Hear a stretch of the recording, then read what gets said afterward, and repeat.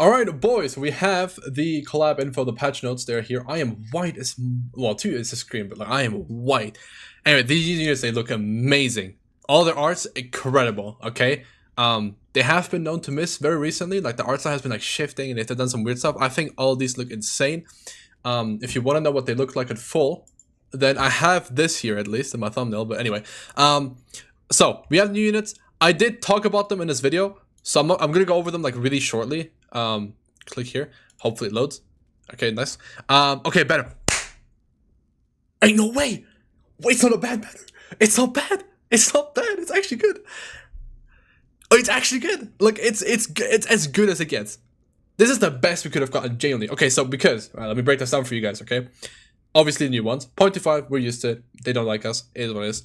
Red Tarmiel, Green Sariel. Always good to have on the banner, right? You can't complain if they're on the banner, right? I think most people have them 6/6 nowadays, but there's a bunch of new players too, so they don't have them at all.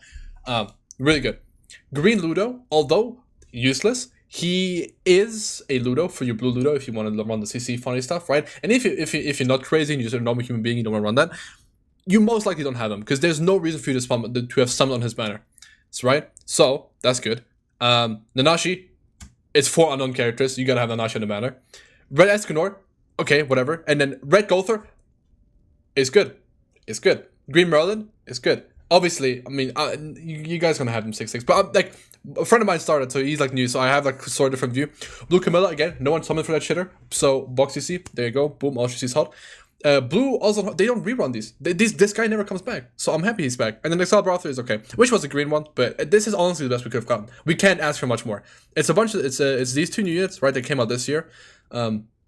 No one summoned on, so that's good because you can retroactively get them now. And then it's a grace. It's not too much filler. Let's go. And obviously you can pick at 600, right?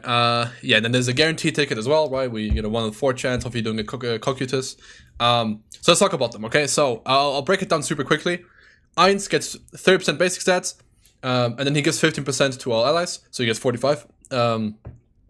He has a darkness mechanic where when your allies attack enemy, they apply one of the death mark thing, and at 4, if you do a single target, they get sentence of death, and then after their next turn, they die. Okay. Now the thing is, normally you will just kill the single target anyway, and if you don't after attacking him 4 times and then do the single target, then sure, I guess. But then he's just bad, and he's playing around his gimmick passive. So I think he's the worst, but he's still cool. This looks so good, by the way. And then his ultimate is just damage, and it gives him damage reduction stuff. Like, who cares? Like, honestly, who cares? And then his AoE reduces enemy attack rate stats. Okay, it's cool. Go watch if you want a more in-depth thing, watch my video. Then we have Albedo, who also gets a bunch of attack rate stats. She gets damage reduction for each buff. She gets a bunch of buffs on her passive. She applies damage reduction to the enemy, so they do reduce damage. And she has a stance that does, like, obviously you counter. And you do damage to the enemy when they attack you, but it also has amplify, so it actually does big damage. If you watch my video, she has like 500k to tier. Insane, really crazy, but it is it lasts 1 turn for rank 1 and 2, unless they want to buff it. So it's not gonna be like as crazy as you think, but she's still gonna be good. Ultimate is a 1-shot, it does all sorts of things, just 1-shots. Shaltair, her whole gimmick is, she gets basic stats, obviously they all get basic stats. Her whole gimmick is, if the enemy is bleeding, she does more damage to them, okay? And she heals all allies. So her Holy Relic makes it so she heals. I show the Holy Relic here. When she does damage to an enemy that has bleed effect, she heals all allies for 1/3 of the damage, which is insane. Her AoE is Infect, and because of her passive, she does damage to all enemies. She applies bleed to them as well, so her Infect will apply bleed. And her single target does double damage and double crit damage if they have bleed on them. So you want to have bleed on them, right? And then her passive is, if she or an ally gets hit, right? Think of it like Purgatory stacks, right? Where it's like you have 3, then 2, then 1, and then he gets a big buff. Hers is like, it's 1, 2, 3, 7% HP related buff she gets every time she gets hit. And then when she has 3, it gets removed on her turn, and she enters Frenzy, which gives her 50% attack rate stats, and lowers her defense rate stats by 30% for 1 turn. But in that turn, you kill everything anyway. And then after it gets removed, she heals her entire HP bar. It's 40%, but because of recovery rate and everything, how it works, it's going to be her entire HP bar. So really good, right? COUNTER.EXE, he's a free unit. He's a PvE unit. He gives everyone 10% all stats when he uses a skill. And he has Amplify single target, Detonate single target. His ult is Assault Melee ult. And obviously he gets a bunch of buffs from his passive. and from his holy relic as well. So it works pretty well. He's really good. Like, be happy he's free. Okay, he'll help you with a lot of stuff. Obviously we have the banner. Like, is this like the? It's just, oh yeah, just scroll up. Okay, cool. There you go. That's that done. That's the Patchnotes done. Oh, they're the holy relics. Okay, yeah. So his gives 3% basic stats for each debuff on the enemy, which is up to 15%. We always gotta have this up, so this is just 15% basic stats. So all unknown. Oh, he doesn't work in Demonic Beast.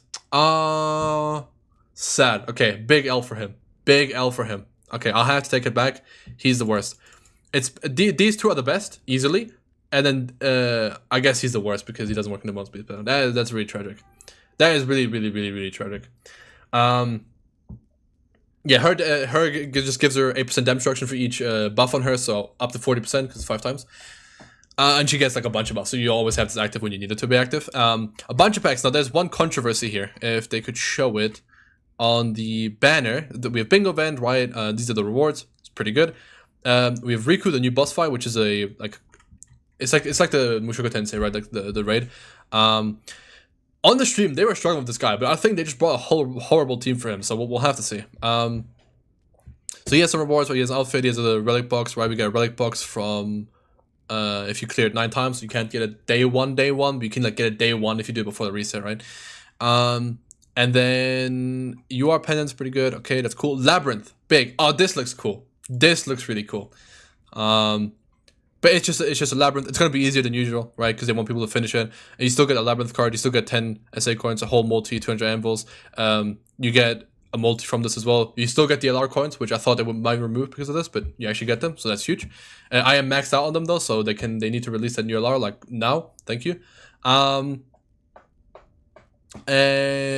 PvP Chaos will come back on October 30th on Monday. So next week it'll start. That's really bad for me, because I really want to cover Chaos PvP because it's like the most fun mode in the game.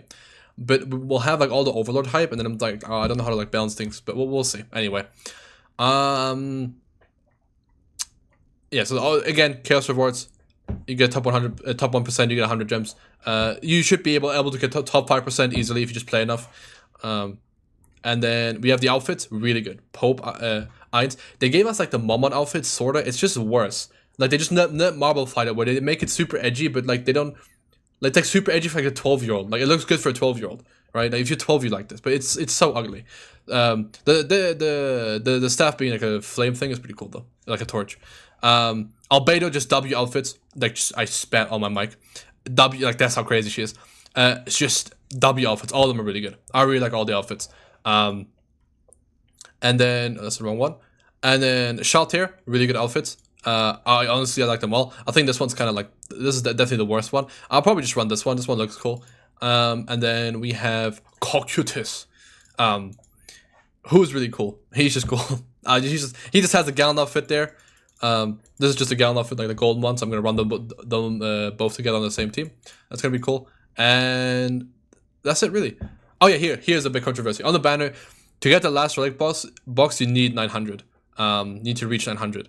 So, well, actually, let me check. Okay, so we need 4 boxes. Okay, 1.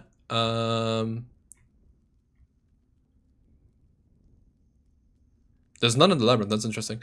Okay, so 1 from the 900, 1 from the boss fight, 1 from clear, like, okay, 1 from the actual boss fight exchange shop, 1 from clearing it 9 times, 1 from there, so it's 3, and then we need the 4th one, which is on the 7th bingo, and that's it. Yeah, so if you want to get the relic for all 4 characters, you have to spend 900 gems, which is, like, obviously I'm not going to defend this, but in practice, most likely if you went for all 4 characters, you probably spend 900 gems. And it's just spend 900 gems, right? It's like if you buy outfits, that counts. If you use on PP refreshes for Chaos, that counts. So it's just spend 900 gems in the celebration, which you have 3 weeks for. So I think it's honestly fine, but it's not like, it's obviously not a thing that I will, like, I will make sure to voice it in my videos in case they watch them. And they did steal stuff from our podcast, so I will actually voice on the podcast. But yeah, anyway, that was the Patchnotes. Pretty cool. Good job.